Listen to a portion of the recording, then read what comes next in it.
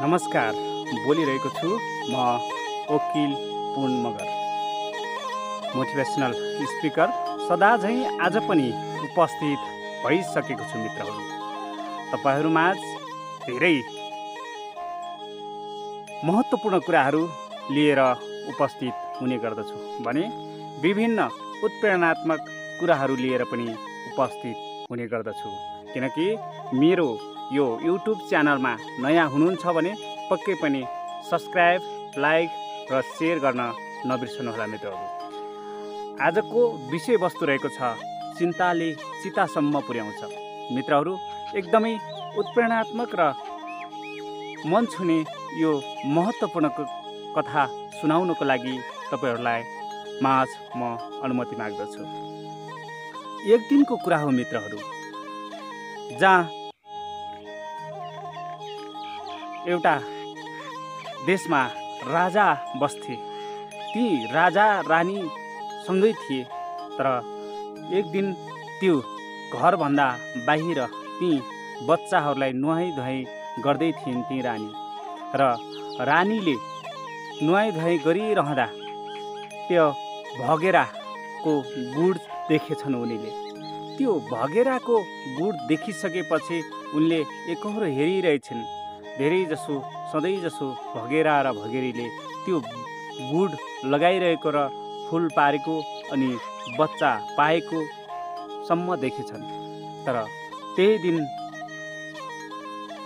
यस्तो भएछ कि जुन सधैँ त्यो भगेराको जोडी आइराख्ने ती बच्चाहरूलाई चारा दिइराख्ने गर्दथे।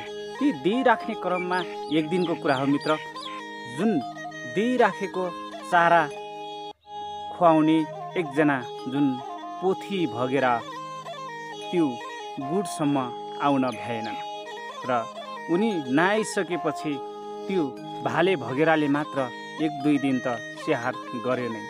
तर जुन स्याहार गरिसकेपछि, जहाँ स्याहार गरिसकेपछि उसलाई निकै गाह्रो भएछ र जुन पोथी भगेरा मरेको भन्ने कुरा उसलाई पुष्टि भएछ। किनकि बाहिर कतै चर्न गएको बेला ती सिकारीले ती भगेरालाई गुलेलीले मारेको। त्यसपछि त्यो भाले भगेराले घरमा फेरि अर्को नयाँ भगेरा बिहे गर्यो। तर एक दुई दिन त त्यो भगेराले के गर्यो त भने मित्र, चारा लिएर खुवायो, तर धेरै दिन ऊ टिकेन। किनकि त्यो पोथी भगेराले त्यो बच्चाहरूलाई बिस्तारै ठुङ्ग्रोले ढकेल्दै ढकेल्दै, त्यो चुच्चोले ढकेल्दै ढकेल्दै तल भुइँमा खसाइदियो। त्यो वाच, त्यो नजर रानीले लगाइरहेकी थिइन्। किनकि त्यो भगेरा निरन्तर रूपमा चाराहरू खुवाइरहने क्रममा जुन खोरले अथवा त्यो चुच्चोले बिस्तारै ढकेल्दै ढकेल्दै तल भुइँतिर खसाइरहेको त्यो रानीले देख्छिन्। त्यो कता कता यति धेरै चिन्ता लागेर आउन थाल्छ। कतै म मरे भने मेरो छोराहरू, यी दुई भाइ छोराहरू छन्, यी दुई भाइ छोराहरूलाई पनि मेरो राजा मतलब मेरो पतिले मेरो छोराहरूलाई यसरी नै पीडा दिने त होला नि, उसले कान्छी श्रीमती ल्याउने त होला नि भन्ने ती रानीले सोच्छिन्। त्यस्तो सोचिरहँदा मित्रहरू, एक दिन त्यही चिन्ताले उनी चाहिँ स्वर्गवास हुन्छन्। मतलब मित्रहरू, यो कथाले भन्न खोजेको कुरा के हो त भन्दा चिन्ताले चितासम्म कसरी पुर्याउँछ भन्ने कुरा हो। त्यसले गर्दा हामीले चिन्ता कति गर्ने र चिन्ता गरिसकेपछि हामीलाई कहाँसम्म यो चिन्ताले पुर्याउँछ, यो कुरालाई हामीले समयमै बुझ्न जरुरी छ। त्यसै गरी जुन चिन्ता गरिरहँदा ती रानीले आफ्नो ज्यान समेत गुमाउँछिन्, तर पनि कहिले पनि हार मान्नुहुन्न भन्ने कुरा म यसैमा जोड्न गइरहेको छु मित्रहरू। समयक्रम बढ्दै गयो। जुन राजाले चाहिँ फेरि अर्को कान्छी श्रीमती बिहे गर्छिन्। तर जुन राजाले कान्छी श्रीमती बिहे गरिसकेपछि कान्छी श्रीमतीले 2-4 दिन त असाध्यै राम्रो गर्छिन्। उनीहरूलाई माया ममताले हुर्काउँछिन्। आफ्नै छोरा जस्तो गरेर उनले हुर्काउँछिन्। तर एक दिनको कुरा हो मित्रहरू, उनलाई खै किन हो के भइदियो, त्यो यताउता काम गरिरहँदा ती छोराहरूले फुटबल खेलिरहँदा उनी नुहाइरहेको र कपाल कोरिरहेको बेला उनको अगाडिको ऐनामा त्यो बल पर्न जान्छ। त्यो गेम खेलिरहँदा त्यो बल त्यहाँ पर्न जान्छ र जुन बल परिसकेपछि ऐना फुट्छ, त्यो तेल पोखिन्छ। तर त्यही रिसले गर्दा, त्यही डाहाले गर्दा उनी आफ्नो पतिदेवसँग, ती राजासँग उनले अन्याय विनय गर्छन् कि तिम्रो छोराले यस्तो गर्यो, उसो गर्यो, ऐना फुटाइदियो, जबरजस्ती यसो गरे भनेर उनले चाहिँ भएको नभएको लाइनहरू हाल्छन् र भएको नभएको कुराहरू उनले जुडाउन पुग्छन्। मित्रहरू, जुन ऐना थियो त्यो ऐना खेल्दाखेरि एउटा कारणवश त्यो ठाउँमा पुगेको थियो, तर आमाले माथि दिएन।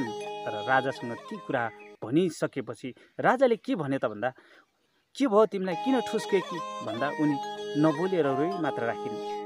तर उनीले के भने त भन्दा, राजाले फेरि पनि उनलाई भने, नरिसाऊ, तिमी जे भन्छौ म त्यो पुरा गर्न तयार छु भन्दा ती रानीले भने कि म यी दुई छोराको मुटु र कलेजो मलाई मारेर ल्याइदिनुपर्छ, म खान मन छ भनेर उनले राजासँग त्यो खालको बिन्ती बिसाउँछिन्।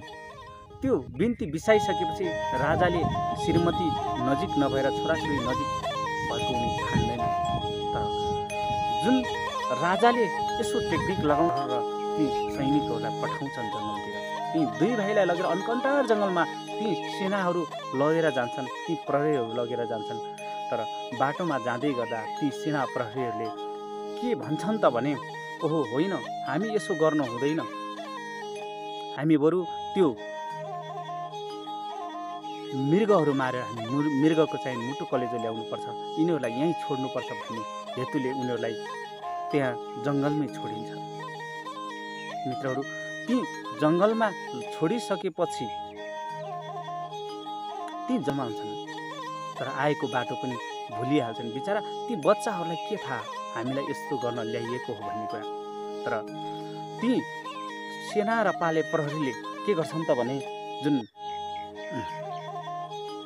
मृगको मुटु कलेजो लिएर घरमा उनीहरूले त्यहाँ छन् र उनीहरूले मुटु कलेजो खान्छन्। र यता भने ती पाले प्रहरीहरूले छोडिएर गएका ती दुई भाइ को थिए त भन्दा शिशिर र बसन्त भन्ने व्यक्ति थिए। जुन बसन्त भन्ने व्यक्ति दाइ थिए त शिशिर भन्ने व्यक्ति भाइ थिए। मित्र, जुन साँझको बेला थियो, नजिकै बत्ती बलिरहेको महसुस उनले गरे, तर धेरै टाढा थियो, साँझ भइसकेको थियो, भाइ हिँड्न नसक्ने भइसकेपछि बाबु म त्यो आगो ल्याउनको लागि उनी बाटोमा निरन्तर रूपमा लागे। मित्रहरू, जुन त्यो बाटोमा लाग्दै गर्दा उनी बाटोमा हिँड्दा हिँड्दा देख्दा नजिकै देखिने आगो, त्यो आगो ल्याउनको लागि त्यहाँसम्म पुग्नको लागि उनी निरन्तर रूपमा हिँडिराखे। तर बिहान भइहाल्यो, दाइ फर्किएर आएनन्। बिचरा भाइ त्यही जङ्गलमा बास बसे। पछि त्यो जङ्गलबाट निस्किँदै उनी गाउँसम्म पुगे। जब गाउँसम्म पुगिसकेपछि एउटा त्यो गाउँसम्म उनी पनि पुगे। दुई भाइको बिछोड हुन्छ। तर ती दाइ चाहिँ जब उज्यालो आगो बल्ने ठाउँमा पुगिसकेपछि त्यहाँ चाहिँ के रहेछ त भने, सधैँ धेरै जसो बिहान जहिले पनि एउटा राजा चुन्ने देशमा पुगेछन्, राजा चुन्ने गाउँमा पुगेछन्। तर धेरै व्यक्तिहरू जहिले पनि राजा फाल्नको लागि, राजा मरेको फाल्नको लागि मान्छेहरू भेला हुन्थे र राजा बनाउनको लागि त्यहाँ मान्छेहरू भेला हुन्थे। ती भेला हुने ठाउँमै उनी पुगेछन् र उनी त्यो ठाउँमा गइसकेपछि राजा को हुने भन्ने कुरा चलिराखेको रहेछ। तर उनले म नै राजा हुन्छु भनेर उनले आफैलाई घोषणा गरेछन्, म राजा हुनको लागि म तयार छु भनेछन्। र जुन ठाउँमा त्यो राजाको लागि त्यहाँ चुन्ने क्रम जारी थियो र राजा मरेकोलाई फाल्ने क्रम जारी थियो, तर त्यहाँ उनी त्यो देशको त्यो गाउँको राजा भए।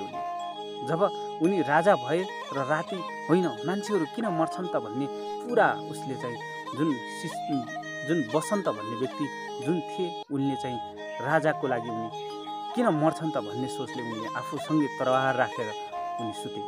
तर रानी पनि थिए। ती रानीसँगै सुत्दै गर्दा जब रातिको मध्यरात थियो, त्यो मध्यरातको बेला नाकबाट ठुला ठुला दुईवटा सर्पहरू, अजङ्गका सर्पहरू निस्के मित्रहरू। जहाँ ती अजङ्गका सर्पहरू कस्ता थिए त भन्दा काला, एकदमै डर लाग्दा थिए। तर ती राजा वसन्तले के गरे त भन्दा भर्खरै निस्केका ती सर्पहरूलाई दुई टुक्रा पारेर दुईटा सर्पलाई 4 टुक्रा पारिदिए। अनि त्यसपछि राति मजाले सुते। जब बिहान भयो, बिहान त्यहाँ जनताहरू फेरि पनि खेदिए कि राजा मर्यो, अब फाल्नुपर्छ भन्ने सोचे। तर बिहानपल्ट त्यहाँ मान्छेहरू जम्मा हुँदा ती राजा त मरेका थिएनन्। ती मजाले उनी चाहिँ हाँसी खुसी थिए। राजा भएका सबैजना उनलाई अझ धेरै प्रोत्साहन दिए, अझ धेरै राजा मान्ने चलन सुरु भयो। तर त्यसो गर्दै गर्दै उनी त्यो देशको राजा बन्न पुगे।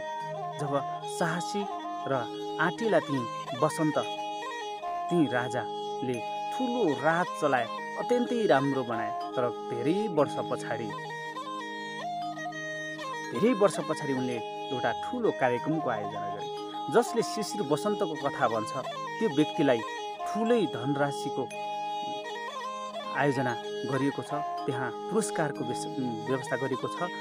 त्यही समयमा के हुन्छ त भने त्यहाँ ठुलो कार्यक्रमको आयोजना गरिरहँदा धेरैजनाहरूले मान्छेहरूले भाग लिन्छन्। तर शिशिर वसन्तको कथा भन्नको लागि कोही पनि तयारी हुँदैनन्। ती तयारी नभइरहँदा मित्रहरू त्यहाँ के हुन्छ त भने एकजना व्यक्तिले मात्रै भन्छ, जुन व्यक्तिले शिशिर वसन्तको कथा अहिलेसम्म के भएको थियो, उसँग जुन मध्यरातसम्म दाइ हराएको भन्ने कुरासम्म उसले भनिसकेपछि उनी मेरो भाइ रहेछ भन्ने उनले सोचिन्छन्। जुन चाहिँ वसन्तको भाइ शिशिर हुन्छन्।